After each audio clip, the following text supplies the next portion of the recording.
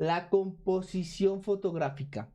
Este tema es algo que nunca terminamos de estudiar, el tema de la composición fotográfica. Y hoy les traigo un video en el cual vamos a hablar de 8 claves imperdibles sobre composición fotográfica, y es de Photography Markers, que me pareció muy interesante, es muy ameno y vamos a hablar de la composición en la fotografía.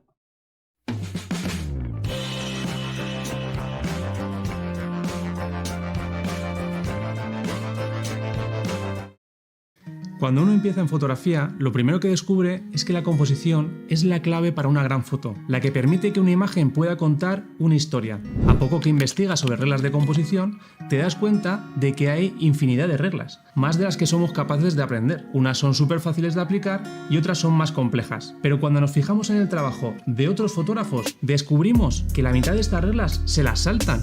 ¿Y entonces qué? ¿Nos aprendemos un montón de reglas para luego no saber cuándo hay que saltárselas? Déjame decirte que la composición en fotografía es como aprender un idioma. Aprender composición a base de estudiar reglas es como aprender un idioma a base de estudiar gramática. Esto ya hemos visto que no funciona. Cierto es que las reglas de composición son importantes y ayudan.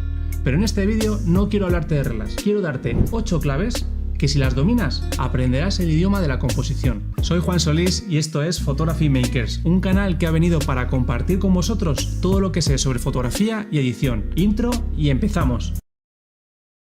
Esto me parece muy interesante, el tema de la fotografía y la composición. Hay muchas cosas y muchísimos rumores sobre el tema de la fotografía y la composición. Y sí, lo que él dice es cierto. Te dicen que la composición y que la composición y que la regla de tercios y que, bueno, todas las cosas que hay sobre composición, el espacio negativo y bueno, y todo eso. Y después te dicen, ok, ahora eres un fotógrafo que ya conoce las reglas de composición, ahora sáltatelas todas porque eso ya no funciona. Entonces, ¿al fin qué? ¿En qué funciona? Por eso les traje este video donde tienen un punto de vista muy diferente. Número 1. Encuentra a tu protagonista. Para que una composición funcione, debe estar claramente definido el centro de interés o protagonista de la foto. Aunque puede haber varios elementos en juego, es esencial que haya alguno que destaque y capture la atención del espectador de manera clara y con suficiente atractivo visual. Esto quiere decir que no vale cualquier cosa como protagonista. No vale, por ejemplo, un atardecer bonito, sin nada más que le acompañe. No vale un bosque con encanto, repleto de detalles, pero sin ningún elemento que destaque sobre el resto, o incluso una aurora boreal. Si no hay nada más que eso, la fotografía está vacía, no cuenta una historia. Nada tiene que ver estos ejemplos con estos otros. Un atardecer increíble, pero aquí sí, tenemos un protagonista claro. O este otro, el mismo bosque, pero esta vez ubicando un elemento de mucho interés, una persona en el centro del encuadre. O este otro ejemplo, de nuevo una aurora boreal, pero la cosa ha cambiado mucho gracias al protagonista, la iglesia. Estas fotografías ahora transmiten muchísimo más. Buscar un protagonista es clave, y si no tenemos en cuenta esto, corremos el riesgo de que el espectador se sienta perdido y no entienda el mensaje que intentas transmitir. Esto me lleva al siguiente punto. Clave número 2. Piensa bien qué quieres transmitir. Una vez has localizado a un protagonista interesante para tu foto, lo siguiente que tienes que preguntarte es ¿por qué estás haciendo esa foto?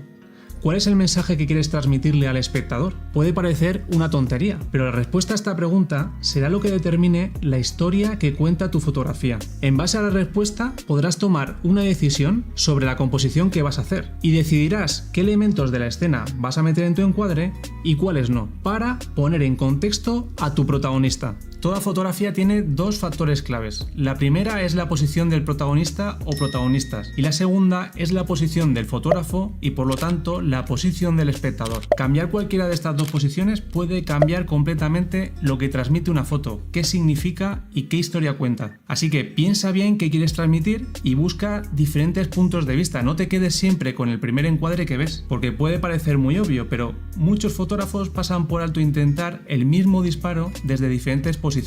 Así que no decidas disparar siempre a la altura de tus ojos. Así es como vemos el mundo todos los días y no tiene nada de malo, pero no siempre es el ángulo más interesante.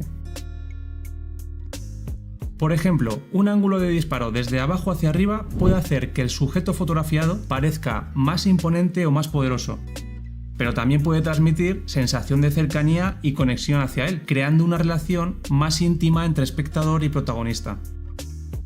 Sin embargo, un ángulo desde arriba hacia abajo suele transmitir una sensación de dominio, poder o superioridad sobre el sujeto fotografiado. Pero también puede servir simplemente para añadir contexto, permitiéndonos comprender mejor dónde se encuentra nuestro protagonista.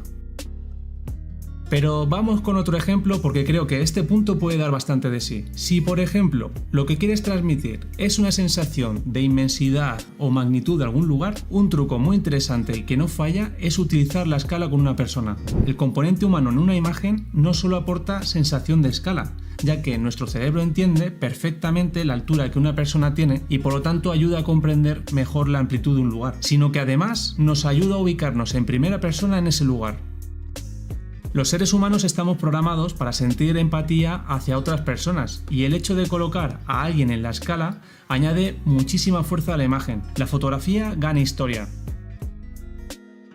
Bueno, vista esta segunda clave sobre qué quieres transmitir, continuamos. Bueno, ¿qué les parece? Es muy interesante la forma como él aborda el tema de la composición fotográfica.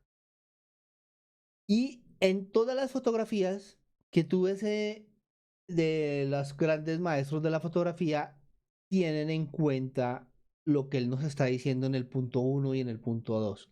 Así sea la fotografía más minimalista, un fondo blanco como una hoja de papel y una roca, esa roca es el protagonista y saber ubicar esa roca dentro de ese espacio es vital para poder transmitir un mensaje. También esto me recuerda una anécdota de cuando uno va a los workshops de fotografía y sale la modelo y están 10 fotógrafos tratando de sacar la fotografía. Por lo regular, en los workshops, cada uno va pasando y va tomando la fotografía y es como el fotógrafo principal. Pero siempre están los fotógrafos a los lados tomando las fotos y uno ve que a pesar de que es el mismo esquema de iluminación, la misma modelo, es el mismo instante y uno revisa las fotografías, digamos que están los 10 fotógrafos disparando al mismo tiempo y revisa esa fotografía, es diferente. Todas son diferentes porque uno la hizo a la altura de los ojos, otro la hizo disparando de abajo hacia arriba, el otro hizo un acercamiento, el otro hizo un plano general. Bueno, todas las fotografías son totalmente diferentes. Y esto se va a un punto que a mí me gusta mucho, que me han criticado algunas personas, y es que me dicen, ¿usted por qué se pone a hacerlo del canal de YouTube? ¿Para qué va a decir cómo hace las cosas? ¿Por qué hace las cosas? Muy sencillo. Primero, yo aprendo. Este canal me ha ayudado a mi crecimiento como profesional porque me obliga a experimentar diferentes cosas y no ser el fotógrafo que tiene el estudio con las luces ubicadas y solamente las cambia cuando se le funde el bombillo, cuando se le funde el flash, sino que yo sé que las personas que están viendo la fotografía y van a tratar de hacer algo similar no van a tener los mismos resultados míos. Van a ser resultados mejores, van a ser resultados peores. Eso depende de cada una de las diferentes personas cómo los aprecian la fotografía. pero no van a ser exactamente iguales a lo que yo realizo, pero sí van a crecer en el tema de la fotografía. Tanto ustedes como yo estoy creciendo en el tema de la fotografía.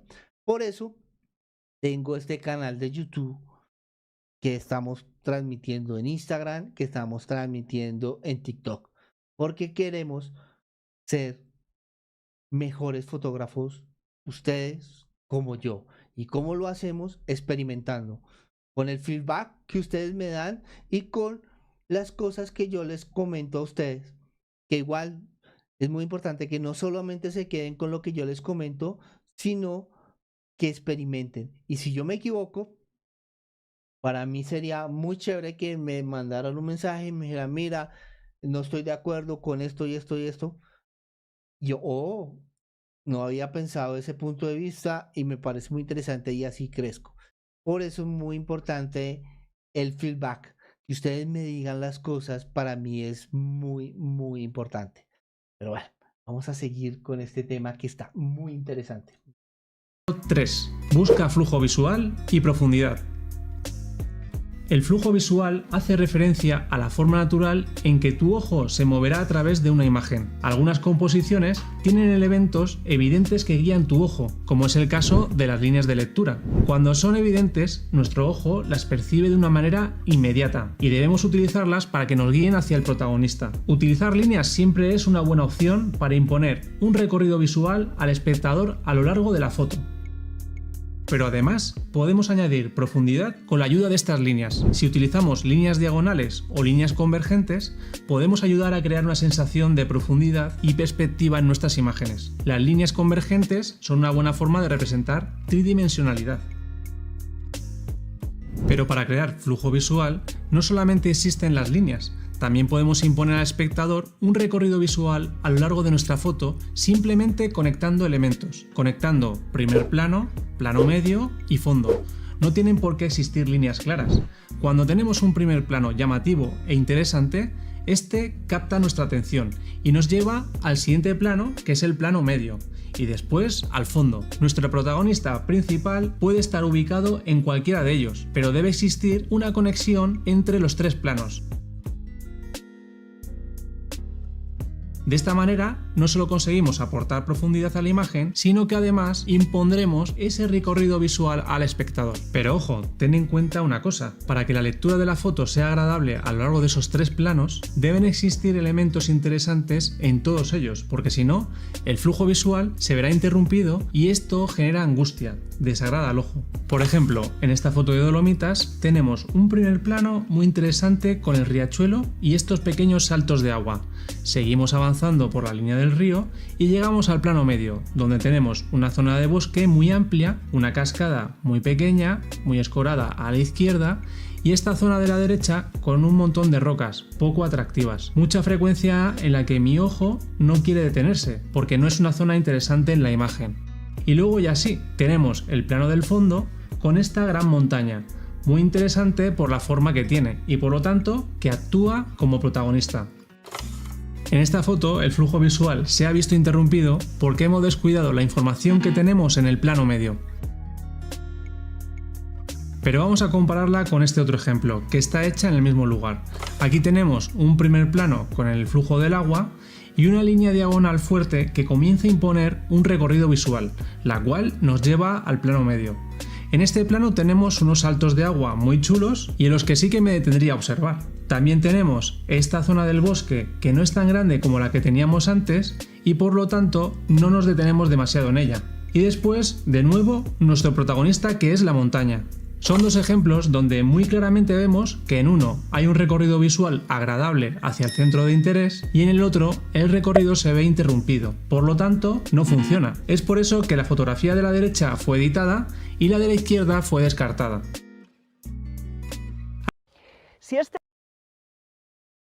Esto es muy importante en el tema de la fotografía. Ver las líneas que nos dan esa lectura a las imágenes. Por eso, ser fotógrafo implica tener muchos conocimientos y estudiar mucho. No es solamente coger tu celular, tu cámara y disparar a la loca. Hay que empezar a entrenar el ojo y podemos disparar muchísimas imágenes, pero pensando, esta es la mejor herramienta del fotógrafo. Ahí, en esas dos imágenes, lo único que hubo fue un cambio de perspectiva del fotógrafo. Se movió, se corrió, estaba pensando cómo hacer la fotografía interesante y lo logró en la segunda imagen. Por eso es muy importante estudiar y por eso les decía a ustedes que como fotógrafo nunca terminamos de estudiar. Vamos a ver cuál es la siguiente clave. Clave número 4. Simplifica.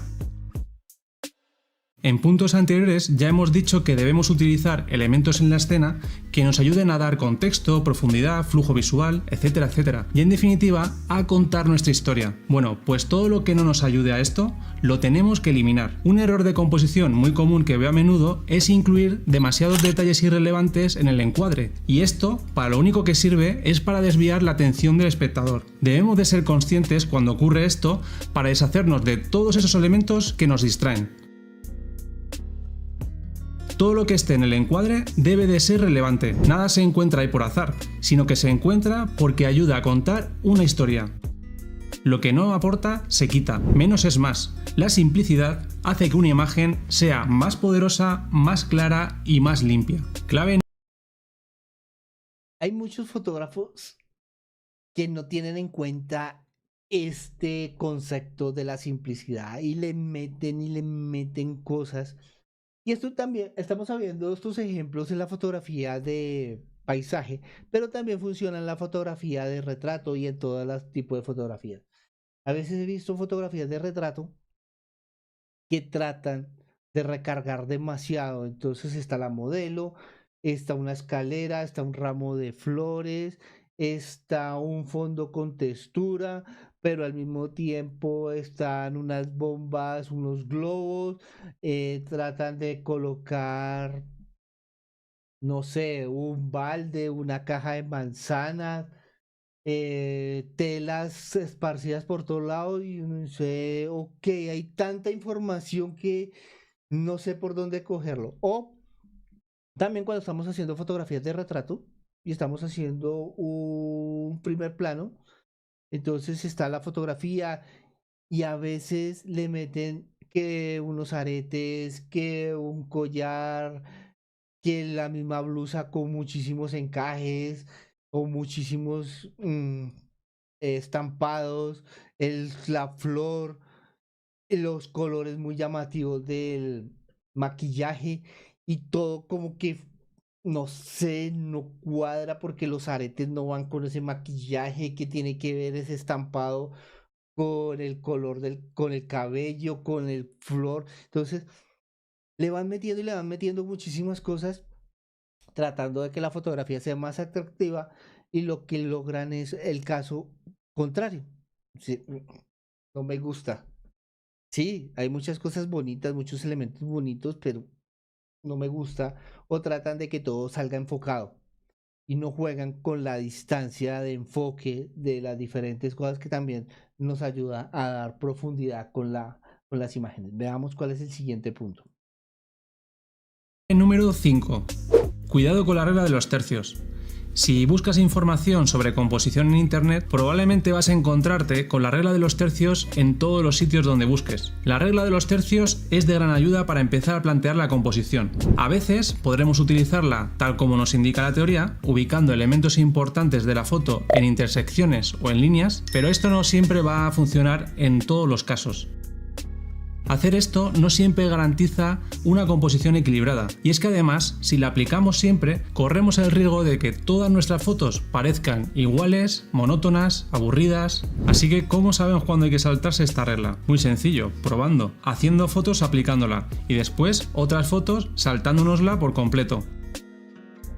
Tratando de hacer composiciones diferentes, guiándonos por nuestro instinto,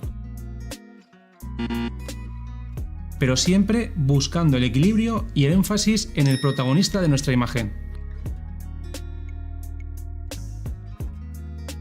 La regla que apliquemos para componer debe ayudarnos siempre a transmitir lo que queremos transmitir. Si no nos ayuda, no debemos usarla. Y en ese caso, si la regla de los tercios no nos sirve, lo que podemos hacer es utilizarla simplemente como una cuadrícula, como una mera guía de apoyo para ubicar elementos y buscar el equilibrio. Esto me lleva a la siguiente clave. Importante. La regla de los tercios. Esta regla es muy cacareca, bueno, muy llamada, muy protagonista por los diferentes fotógrafos.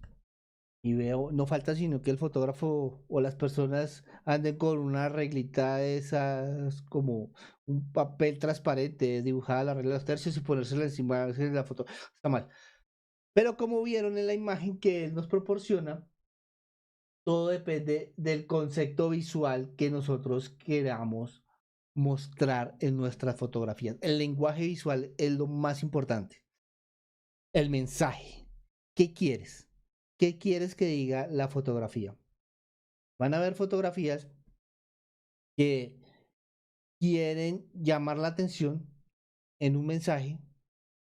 También podría ser de una forma que cause emociones negativas, porque ese es lo de ser de esa fotografía, que sea estéticamente transgresora y se van a saltar todas las reglas y sin embargo va a transmitir el mensaje.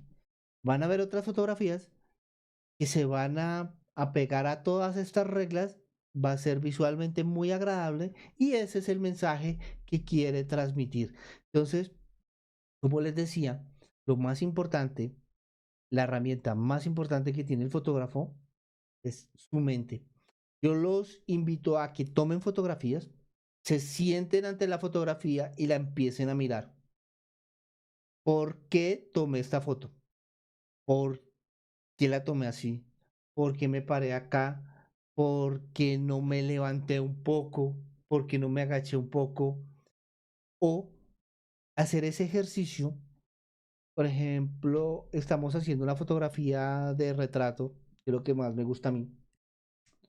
Hablar con la modelo y decirle, bueno, déjame, yo te tomo varias fotografías, no tratas de no moverte y empezar al nivel de los ojos, bajar, subir de lado, bueno, hacer diferentes movimientos y tener presente cuál fue el movimiento que hiciste, cómo hiciste esa foto y empezar a pensar, oh, me gustan más las fotografías en contrapicado.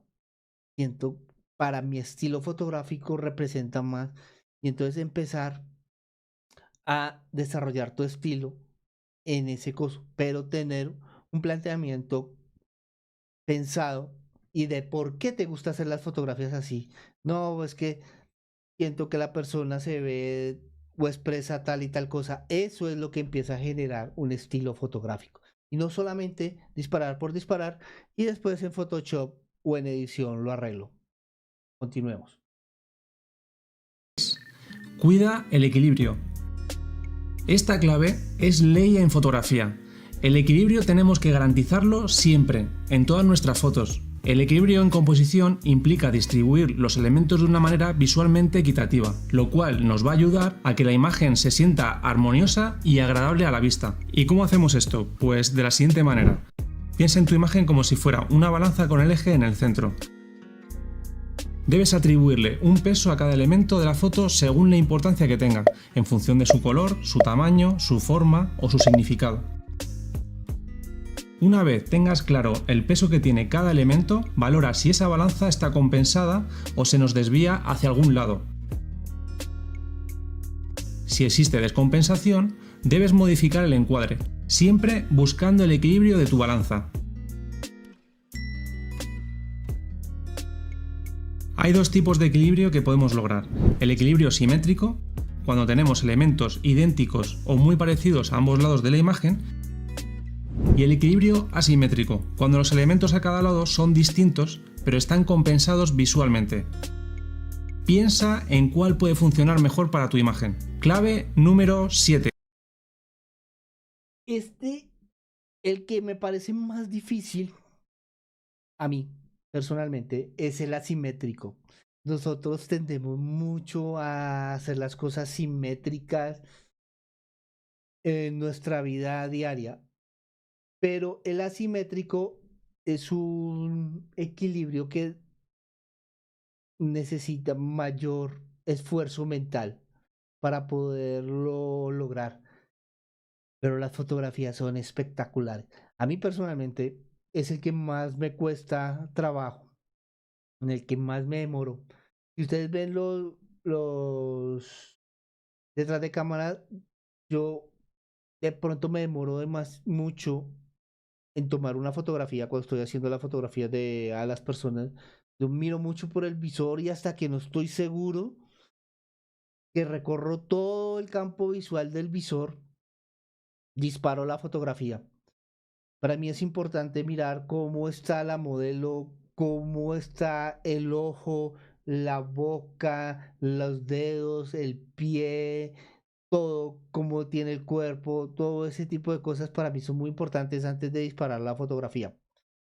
Necesito tener claro ese concepto y para mí es algo muy relacionado con un video que vimos hace algunos días en el canal. Para mí sí es muy importante la visión de túnel.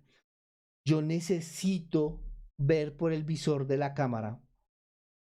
Toda mi concentración está en lo que está en ese momento en el encuadre. Para mí es muy importante. No puedo, y respeto a los que lo hacen, hacer las fotografías desde la pantalla, mirando por atrás de la pantalla. No me puedo concentrar en los diferentes elementos. Algunas veces lo hago porque toca hacer la foto así, pero no me siento cómodo, no puedo controlar muy bien el enfoque, no puedo controlar qué está ocurriendo a lo largo de toda la escena. Eso lo puedo hacer viendo a través del visor. Y lo mismo pasa cuando le estoy mostrando las fotografías de cómo se están generando a las personas o a las modelos a las cuales les estoy haciendo las fotos. Ellos ven la fotografía por la pantalla. Ah, sí, bonita. No, mírala por el visor. Mírala por acá. La miran por acá. Wow, me gusta más. Me gusta, lo que sea. O me dice, no, definitivamente no me gusta. No había visto que la cara no me está quedando como quiero. Aunque la veo en la pantalla, la veo normal. Pero ya cuando veo por el visor, veo que la expresión no me llama la atención mucho. Cambiémosla. Por eso para mí es tan importante utilizar el visor. Vamos a continuar. Añade energía y dinamismo. Cuando hablo de la energía y dinamismo de una foto, me estoy refiriendo a la intensidad que pueden transmitir ciertos elementos visuales debido al movimiento que percibimos y que nos hacen sentir esa sensación de acción. Añadir esta sensación a nuestras fotos buscando este tipo de composiciones nos va a permitir añadirles un plus de interés a la imagen que llevará al espectador a mirar 2 veces la foto y volver a fijarse en cada detalle. Pero vamos a verlo con algunas fotos para entenderlo mejor. El agua en este ejemplo puede crear esa sensación de movimiento haciendo que la imagen llame mucho más la atención, capturando el momento en que las olas golpean fuerte contra las rocas de una playa como esta. O por ejemplo en esta otra foto, donde captamos una gaviota volando entre medias de una cascada como si estuviese sorteando el agua y quisiese escapar. Es un concepto que añade muchísima energía a la imagen. Pero ¿cómo podríamos conseguir dinamismo si no tenemos agua en movimiento ni somos fotógrafos de costa? ¿Hay alguna otra forma de crear una imagen más dinámica que impacte al espectador? Pues podemos jugar con cualquier elemento en movimiento, como por ejemplo en esta foto urbana donde tenemos al tren en movimiento mientras por debajo circulan 2 ciclistas. O esta otra, aquí además del tren tenemos a un corredor en acción. Este tipo de movimientos, donde algo sucede durante un instante de tiempo muy corto, genera mayor impacto en el espectador. Las nubes también son un buen ejemplo de energía y dinamismo, sean del tipo que sean, porque no dejan de ser un elemento en movimiento, un instante que estamos congelando en nuestra imagen. Así que utilizarlas en la composición siempre es una buena forma de aportar dinamismo. nubes o cualquier otra condición meteorológica. Por ejemplo, en esta foto tenemos edificios, elementos que no pueden ser más estáticos de por sí, pero la imagen se siente con mucha más energía, gracias a la lluvia, la niebla y el humo que sale de las azoteas. Bueno, ahora sí, vamos con la última clave. El dinamismo es muy importante. Ustedes me dirán, bueno, él está haciendo fotografías callejeras, street photography, fotografía, bueno. Pero también podemos tener el dinamismo en la fotografía de estudio. ¿Pero cómo? Claro. Por ejemplo, ayer estaba haciendo una sesión de fotografía y queríamos meterle dinamismo. Entonces, ¿qué hacíamos? O qué hice, quería lograr una fotografía en la cual la modelo diera un paso y tomar esa fotografía. Entonces, no son fáciles. Empezamos a mirar el encuadre, hicimos varios ajustes y varias tomas hasta que por fin logramos tomar la fotografía. Y no es lo mismo tomar la fotografía que la modelo tenga el pie adelante, algo así, que la modelo tenga el pie adelante, que tomarla apenas asiente el pie en el piso. Se nota la diferencia. Otra forma que podemos tener dinamismo en la fotografía de estudio es, por ejemplo, colocar un ventilador para que le mueva el cabello. Entonces, el cabello se va a ver con ese movimiento que le va a dar esa sensación de movimiento. Capturar a la modelo. Y es uno de los trucos más viejos y es cerrar los ojos, contar hasta 3 y disparar en el momento en que la modelo abre los ojos. Ahí hay dinamismo. O sea, la foto cambia por completo. A pesar, no sé, se nota los músculos del ojo, todo se nota. Cuando las modelos están moviendo el cabello y ese tipo de cosas es lo que genera dinamismo en la fotografía. Vamos a ver cuál es el último consejo que nos dan. Número 8. Atención a los bordes. Importante esto. Imagínate que hemos cuidado con mucho mimo todo lo anterior y de repente nos acercamos a los bordes de nuestra foto y nos encontramos con algo cortado por la mitad o muy pegado en el final de la foto. Pues lo que ocurre es que nos hemos cargado la fotografía y de la manera más tonta. Debemos de prestar atención a los bordes del encuadre y asegurarnos de no cortar nada, sea importante o no, pero si es importante con mayor razón. Siempre hay que dejar algo de espacio entre los elementos y el final de la foto.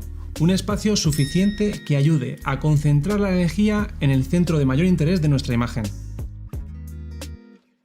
Pues ahí van esas 8 claves para que pongas en práctica en cuanto puedas. De composición podríamos estar hablando horas, pero en estas 8 claves he tratado de concentrar lo más importante y fundamental para tener en cuenta a la hora de componer. Espero que... ¿Qué les pareció este video? Me pareció un canal muy interesante, Photographic Market. Les voy a dejar aquí en la cajita de comentarios el acceso al canal de él para que se suscriban al canal. Me parece que es muy didáctico, muy agradable, muy ameno la forma como él habla de diferentes temas de fotografía. Por eso los quise traer aquí al canal. Espero que les haya gustado y díganme en la cajita de comentarios qué cosas de composición ustedes aplican. Cuando ustedes toman una fotografía, ¿se ponen a pensar en todas estas cosas o ya tienen tanta experiencia que es automático? O por el contrario, son de aquellos fotógrafos que piensan que las reglas o las normas de composición están ahí para ser vulneradas o no ser tomadas en cuenta y que su sentimiento, su pasión es los que le generan la fotografía, porque también de esos hay muchos fotógrafos. Y los invito a que estudien mucho, hagan varios cursos, lean libros sobre fotografía, miren fotografías todo el tiempo, vean canales de fotografías en YouTube, sigan este canal, comenten, suscríbanse.